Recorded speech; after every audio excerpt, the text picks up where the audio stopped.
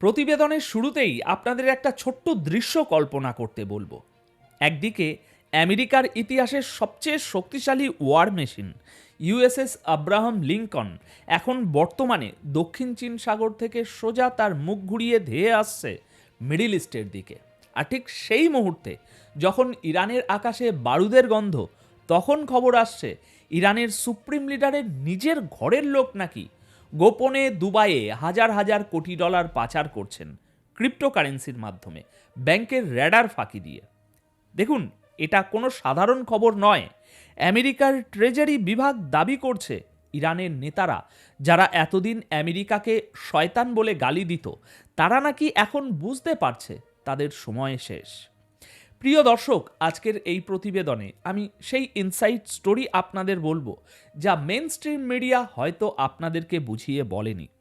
কেন আমেরিকা হঠাৎ তার সবচেয়ে বড় বিমানবাহী রণতরী এশিয়ায় চীনকে ছেড়ে ইরানের দিকে পাঠালো?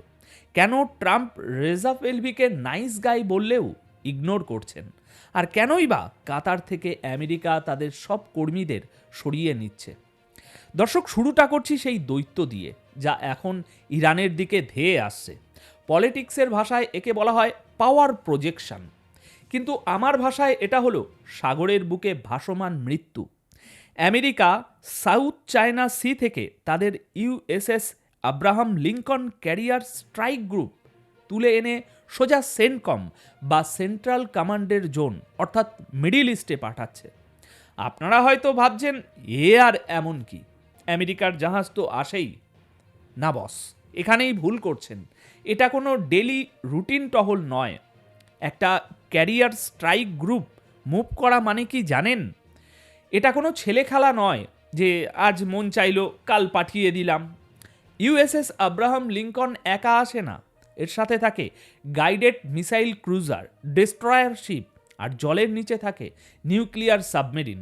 এটা একটা আস্ত ভাসমান শহর যা নিজের সাথে করে ধ্বংসলীলা বয়ে বেড়ায়। মিলিটারি এক্সপার্টরা বলছেন, আমেরিকা যদি শুধু একটা ছোটোখাটো বা নামমাত্রা হামলা করতে চাইতো, যাকে আমরা সিম্বলিক স্ট্রাইক বলি, তাহলে তাদের এত বড় ক্যারিয়ার গ্রুপ মুভ করার কোনো দরকার ছিল না। আমেরিকার কাছে B-2 বম্বার আছে, যা আমেরিকা থেকে উড়ে এসে বোমা ফেলে আবার ফিরে যেতে পারে। তাদের কাছে পারস্য উপসাগরে আগে থেকেই মিসাইল ডেস্ট্রয়ার আছে।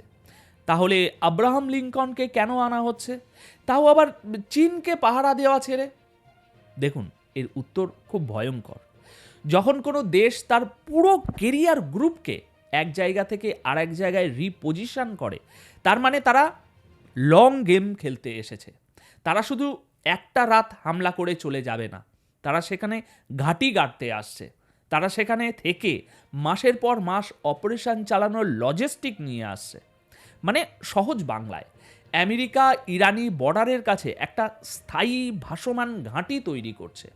কারণ তারা জানে এই যুদ্ধটা শুরু হলে সেটা 2-1 দিনে শেষ হবে না, এবং এই মুভমেন্টটাই সারা বিশ্বের বুকে এখন ধরফরানি বাড়িয়ে দেওয়ার জন্য যথেষ্ট। কিন্তু আমেরিকার এই বাহুবলের চেয়েও বড় আঘাতটা এসেছে অন্য জায়গা থেকে, আর সেটা হলো সাইকোলজিক্যাল ওয়ারফেয়ার বা মনস্তাত্ত্বিক যুদ্ধ। যুদ্ধের মাঠে বোমা পড়ার আগেই আমেরিকা ইরানের ভিতরে একটা বোমা পাঠিয়েছে, আর সেই বোমাটা হলো দুর্নীতির বোমা। আমেরিকার নতুন ট্রেজারি সেক্রেটারি হওয়ার দৌড়ে থাকা স্কট বেসেন্ট এবং ইসরায়েলি মিডিয়া চ্যানেল 14 একটা বিস্ফোরক দাবি করেছে। দাবিটা শুনলে আপনার চোখ কপালে উঠবে।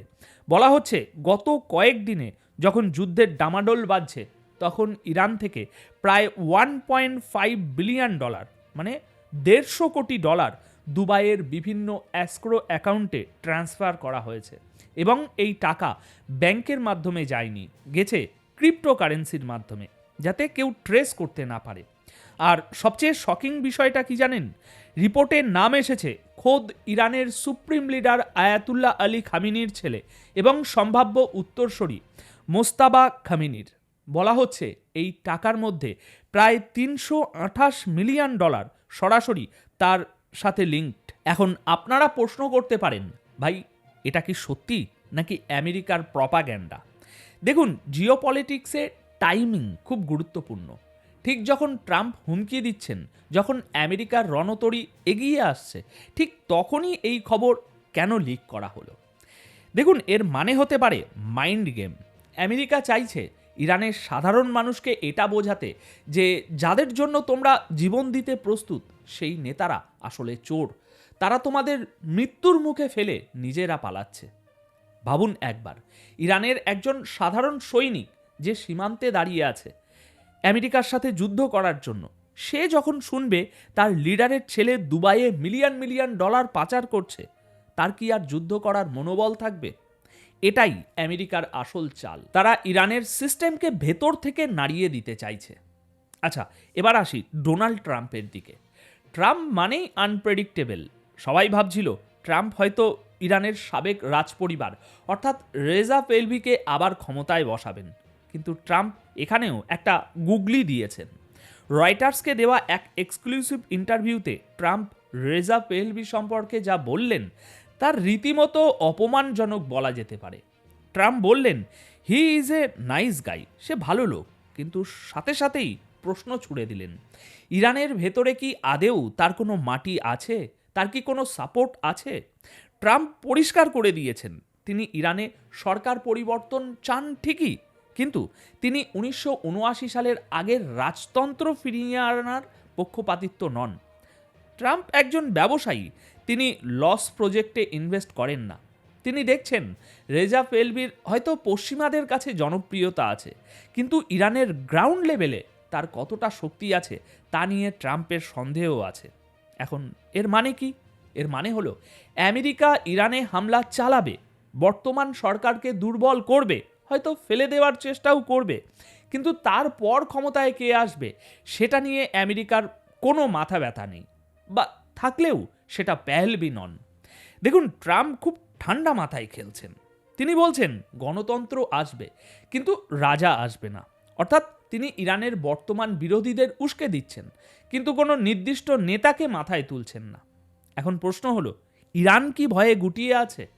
মোটেও না। ইরান জানে যদি তারা দুর্বলতা দেখায় তবে গাদ্দাফির লিবিয়া বা সাদ্দামের ইরাকের মতো দশা হবে।